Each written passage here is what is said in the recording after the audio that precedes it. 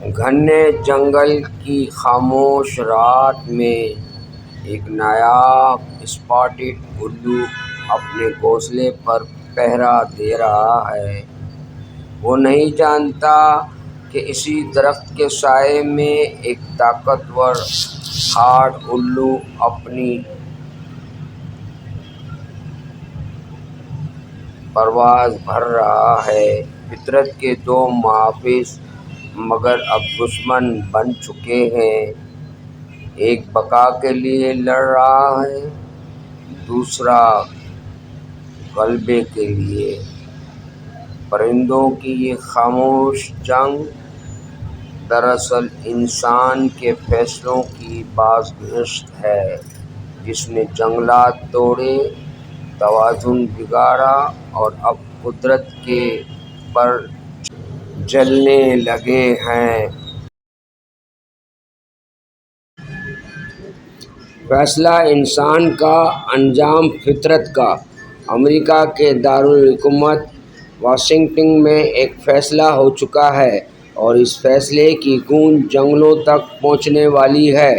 امریکی ادارہ U S Fish and Wildlife Service اعلان کرتا ہے کہ اگلے 30 برسوں میں تقریباً 4,70,000 ہارڈ الو مارے جائیں گے۔ مقصد: نایاب اسپاٹڈ الو کو ختم ہونے سے بچانا۔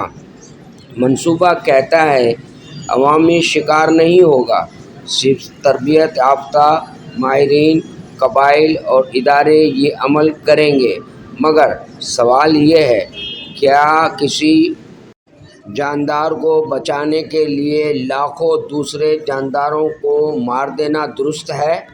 فطرت کی عدالت میں انسان ایک بار پھر اپنے ہی فیصلوں کے کٹہرے میں کھڑا ہے۔ اب منظر بدل چکا ہے۔ واشنگٹن کی عمارتوں سے نکل کر یہ بحث گلیوں، یونیورسٹیوں اور سوشل میڈیا تک پہنچ گئی ہے۔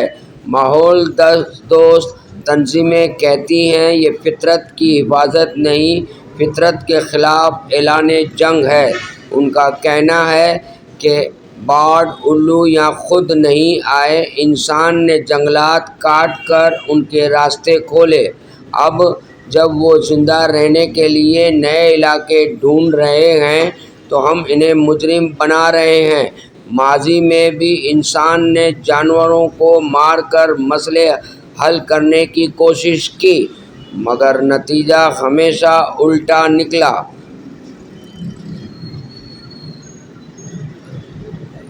کایونٹیز کو مارنے سے جنگلی توازن مزید بگڑ گیا۔ شاید یہی وقت ہے کہ ہم سوچیں، کیا قدرت کے مسائل کا حل مزید خون بہانا ہے یا اپنی پالیسیاں بدلنا؟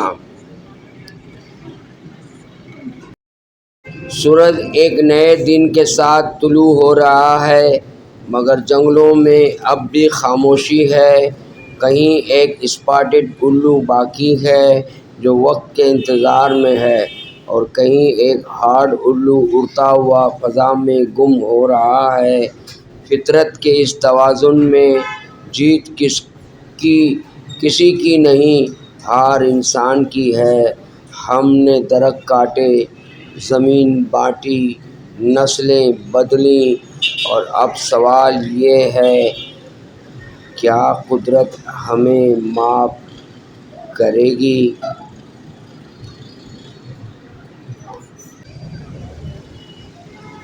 شاید ایک دن جب جنگل پھر سانس لے گا تو الو دوبارہ بولیں گے،